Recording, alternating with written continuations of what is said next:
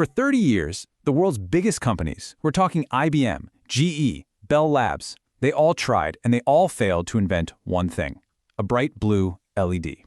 It took a lone, underappreciated engineer working at a tiny chemical company with scavenged equipment to make the breakthroughs that would literally change how we light up the entire planet. This is that incredible story. Okay, so let's get right into it. We had red LEDs way back in 1962, and green ones came along a few years later, but for decades, that's where it all stopped. And you know, without blue, we couldn't mix the primary colors of light to make efficient white light. The whole dream of LED light bulbs, our phone screens, those giant digital billboards, it was all stuck, all because of this one missing color. Now you might think the color of an LED just comes from that colored plastic shell, right? But nope, that's not it at all. The color is actually generated by the physics happening deep inside the semiconductor chip itself. That plastic is really just there for looks. The real secret, and the reason it was so unbelievably hard, was all about growing a perfect microscopic crystal that had some very, very specific properties.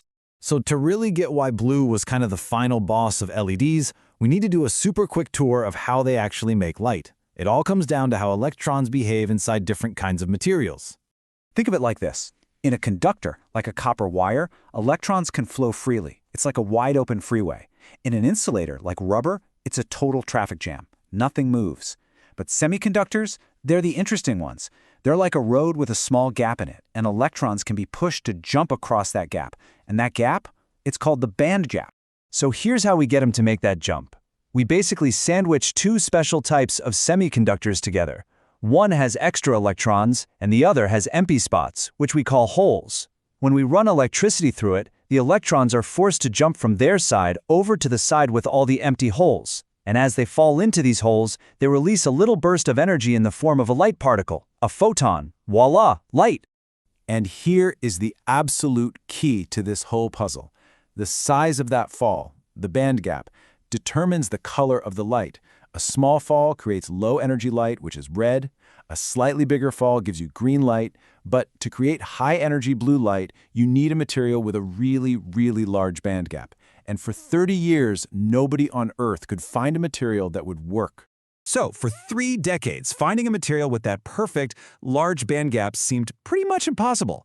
And then our unlikely hero enters the scene. While all the giants of the industry were failing, the solution came from a place absolutely no one was looking. In the late 1980s, Shuji Nakamura was a researcher at Nitride, a small Japanese chemical company.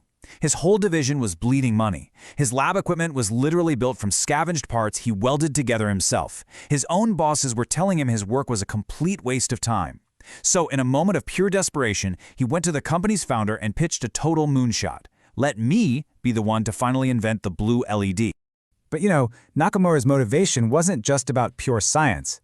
After a frustrating year studying in the US, where all these top academic researchers basically dismissed him as a lowly technician, just because he didn't have a PhD, he developed this incredible fighting spirit. He was absolutely determined to prove every single one of them wrong. And oh, did he ever. His quest wasn't about finding one single magic bullet. It was about systematically and stubbornly solving 3 huge, seemingly impossible problems that had stumped the entire rest of the world. Okay, so Nakamura had a critical choice to make. The whole industry was betting on this one material, zinc selenide. He chose the complete underdog, gallium nitride. So why was it an underdog? Well, for starters, it had over 10 billion crystal defects per square centimeter. I mean, it was considered a total dead end. But Nakamura saw that where there was no competition, there was opportunity. So his first and biggest hurdle was just figuring out how to grow a high-quality crystal from this notoriously flawed material. Without a near-perfect structure, any energy you put in would just turn into useless heat, not light. After a year and a half of working every single day, he had it. He completely rebuilt his crystal growing machine from scratch, adding a second gas nozzle. This second stream of gas acted like an invisible wall, just pinning the gallium nitride atoms down onto the surface and forcing them into a perfectly smooth layer.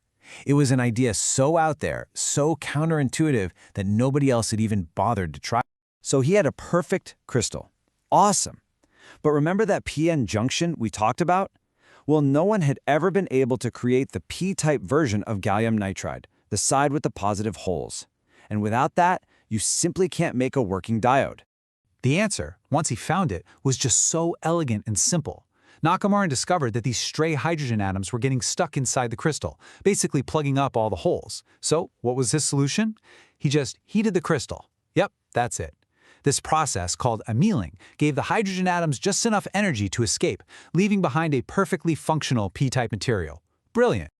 Okay, 2 massive hurdles down, just 1 to go. He could now make a blue LED, but it was really dim. To be useful for anything, to actually be sold, it needed to hit a brightness of at least 1,000 microwatts. And his early versions, they weren't even close. His final breakthrough was just a masterpiece of nanoengineering. He designed this incredibly clever trap for the electrons.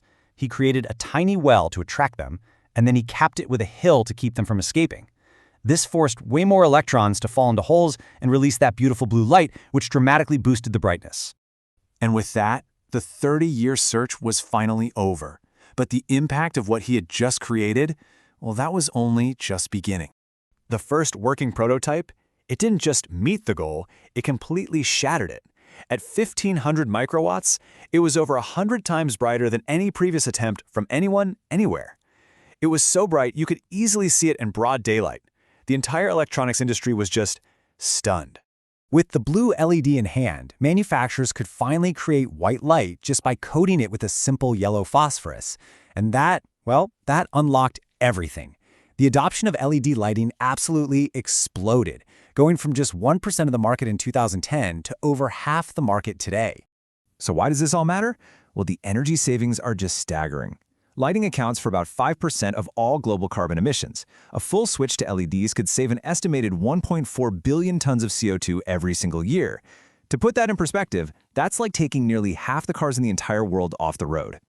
So, Nakamura had won the Nobel Prize, he had quadrupled his company's fortunes, and he had fundamentally changed the world.